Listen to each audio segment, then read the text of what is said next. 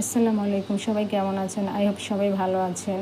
তো আজকে আম্মু তালের রান্না করবে। কিভাবে তালের রান্না করা হয় সেটা কখনো দেখি নাই বা কেমন খেতে হয় সেটাও জানি না। তো আজকে আমার ভাই দুটো তাল নিয়ে আসছে। তো একটু কাঁচা কাঁচা ছিল। প্রথমে আম্মু ভালো মতো খোসাগুলো ছাড়াই নিচ্ছে। খোসাগুলো খুব ভালো মতো পরিষ্কার করে নিতে হবে, কারণ একটু কাঁচা ছিল তাই বটি দিয়ে কেটে নিচ্ছে।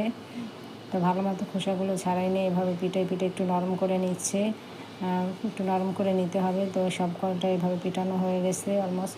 এই যে এটাও পিটাবে, এখন পেটানো হয়ে গেছে। তো পেটানোর পর অনেকটা নরম হয়ে গেছে। তো এখানে 1 ঘন্টার মতো পানিতে এটা ভিজিয়ে রাখতে হবে। পানিতে ভেজানোর পর আর কি এটা ফুলে যাবে আর একটু নরম হবে। তার মধ্যে এভাবে ভালো মতো চিপড়ে নিতে হবে। এভাবে ঘষে এভাবে চিপড়ে ভেতরে যত রস আছে যা আছে বের করে নিতে হবে। তো আমি খুব ভালো মতো চিপড়ে নিচ্ছি। দেখা যাক কতটুকু হয় 2টা তালে। তো খুবই ভালো মতো আমি এভাবে রসগুলো বের করে নিচ্ছি। পাত্রে পানি নিয়ে আবার এখানে রাখা হয়েছে। তো যতক্ষণ না এটার ভেতর থেকে ঘন রসগুলো বের হবে ততক্ষণ এভাবে আমি চিপড়ে নিয়ে রসগুলো বের করবে। তো খুবই একটু করে বের করতে হবে। এই যে খুব ভালোভাবে চিপড়ে নিচ্ছে যেন ভেতরে পানি না থাকে। তো এই আটিগুলো মাটিতে রেখে দিলে গ্যাস হয়, সেটা খেতেও খুবই মজা। তো এই যে চিপড়ে রসগুলো প্রথমে একটা ছাঁকনি বা জালি থাকলে ওটা দিয়ে ভালো মতোভাবে ছেঁকে নিতে হবে যেন আঁশগুলো না যায়।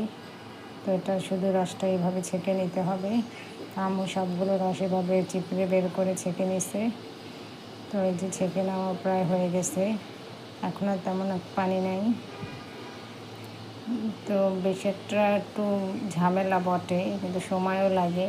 তারপর আমি যে আবার নতুন করে পানি নিচ্ছি। এখানে যতক্ষণ না রস বের হবে ততক্ষণ এভাবে চিপড়াতেই হবে। তো খুব ভালো মতো চিপড়াতে হবে যেন সবটুকু রস ভেতর থেকে বের হয়ে যায়। আর যে অনেকটা সাদা সাদা হয়ে গেছে। তো এই যে হয়ে গেছে আমাদের প্রায় 1 পাতিলের মতো হয়ে গেছে। এটা জাল করতে হবে অনেক টাইম।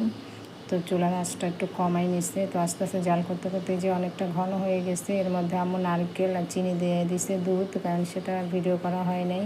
তো যে নারকেল চিনি দুধ দিয়ে এটা ভালো মতো নেড়ে নিচ্ছে। তো অনেকটা ঘন হয়ে গেছে। যত ঘন হবে খেতে তত বেশি মজা। আর এখানে চিতল পিঠা বানানো হচ্ছে, চাল বেটে চিতল পিঠা। এই পিঠে দিয়ে এটা খেতে খুব মজা, আর রুটি বানিয়েও খাওয়া যায়। তো এই জীবনে ফার্স্ট টাইম খাবো, কেমন হবে জানি না, কখনো রান্না করা হয় নাই। গ্রামে নাকি আমরা ছোটোবেলায় খেয়েছে। তো পিঠাগুলো যাই হোক কোনো মোটামুটি হয়েছে, তেমন একটা ভালো হয় নাই, কারণ বাইরে যেভাবে বানায় সেভাবে তো আর পারবো না। তো আমি এখানে অল্প নিয়ে নিয়েছি তাল, ঘন রান্না করা। আর এই যে পিঠাটা তেমন একটা ভালো হয় নাই, যাই হোক খেতে হবে। খুবই মজা লাগছে, খুবই মজা হয়েছে। আপনারা নিশ্চয়ই বাসায় ট্রাই করবেন।